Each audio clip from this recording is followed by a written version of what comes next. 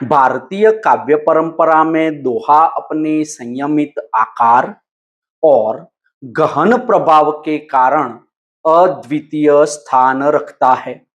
दो पंक्तियों का यह छंद सुनने में भले सरल लगे, लेकिन इसका रचना विधान बड़ा सटीक है। दोहा हिंदी का अत्यंत प्राचीन एवं लोकप्रिय मात्रिक छंद है। दोहा शब्द की व्युत्पत्ति अपभ्रंश के दुहा अथवा दोहक से मानी जाती है। कुछ विद्वानों के अनुसार इसका संबंध दो से भी है, क्योंकि इसकी रचना दो दलों या दो पंक्तियों में होती है। दोहा हिंदी और अपभ्रंश साहित्य का अत्यंत लोकप्रिय, प्राचीन और सहज मात्रिक छंद है। वर्णिक छंदों की तरह इसमें वर्ण नहीं बल्कि मात्राएं गिनी जाती है।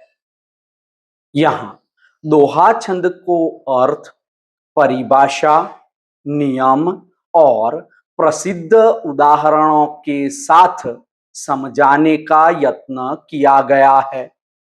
डॉक्टर नामवर सिंह ने अपने सुप्रसिद्ध शोध प्रबंध हिंदी के विकास में अपभ्रंश का योग में यह प्रतिपादित किया कि हिंदी साहित्य के प्रमुख छंद दोहा, चौपाई, सोरठा और रोला अपभ्रंश की ही सीधी देन है। भाषा वैज्ञानिक दृष्टि से अपभ्रंश शब्द का प्रथम उल्लेख पतंजलि के महाभाष्य और वैयाकरण के साक्ष्यों में प्राप्त होता है। छंद शास्त्र के पारिभाषिक नियमों के अनुसार दोहा एक अर्धसम मात्रिक छंद है। अर्धसम मात्रिक छंद उसे कहते हैं जिसके पहले व तीसरे चरण परस्पर समान हों और उसी तरह ही दूसरे एवं चौथे चरण परस्पर एक जैसे हो। दोहा दो दलों अर्थात दो पंक्तियों में लिखा जाता है, किंतु व्याकरणिक रूप से इसमें चार चरण होते हैं। प्रथम और तृतीय चरण को विषम चरण तथा द्वितीय और चतुर्थ चरण को सम चरण कहते हैं। दोहा छंद में विषम चरणों 1 और 3 में 13-13 मात्राएं तथा सम चरणों 2 और 4 में 11-11 मात्राएं होती है। इस प्रकार प्रत्येक पंक्ति अर्थात दल में 24 मात्राएं और पूरे दोहे में कुल 48 मात्राएं होती है। पढ़ते समय जहां श्वास का स्वाभाविक ठहराव होता है उसे यति कहते हैं। दोहे में यति प्रत्येक 13 मात्राओं के अंत में विषम चरण की समाप्ति पर अनिवार्य रूप से होती है, जिससे दोहा लयपूर्ण ढंग से खत्म होता है। मात्राओं की गिनती और यति ठहराव का यह संतुलन दोहे को सुनने में सुबोध और स्मरणीय बनाता है। काव्य पाठ के समय उत्पन्न होने वाले स्वाभाविक प्रवाह और लय को गति कहते हैं। तुकांतता केवल समचरणों अर्थात दूसरे और चौथे चरण के अंत में होती है।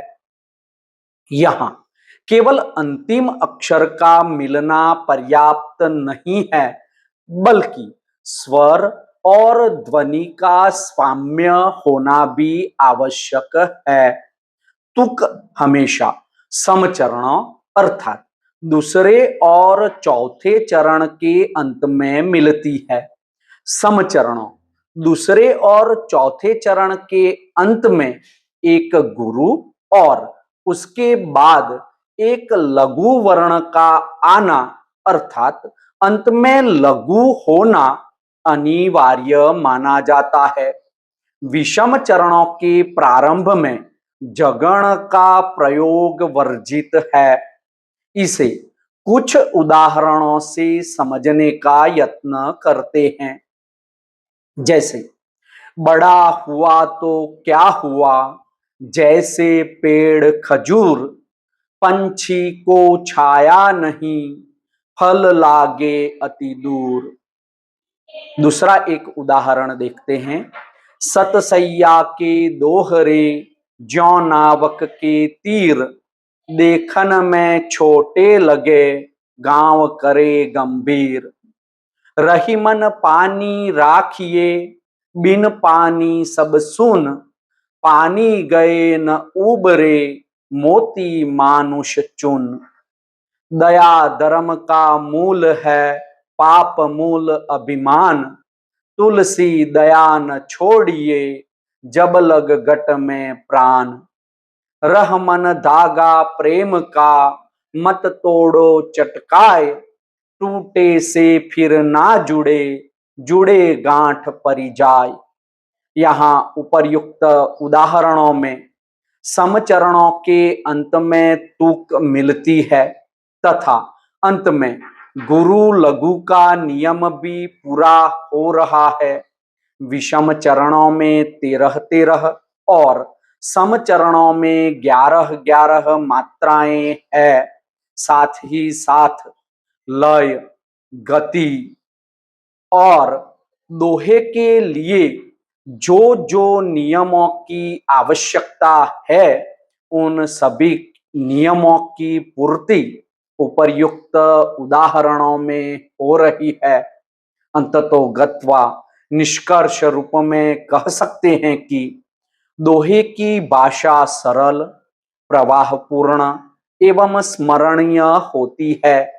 इसमें भावों की सघनता तथा अर्थ की व्यापकता होती है। इसी कारण दोहा को गागर में सागर भरने वाला छंद कहा जाता है। दोहे का संक्षिप्त आकार इसकी सबसे बड़ी शक्ति है।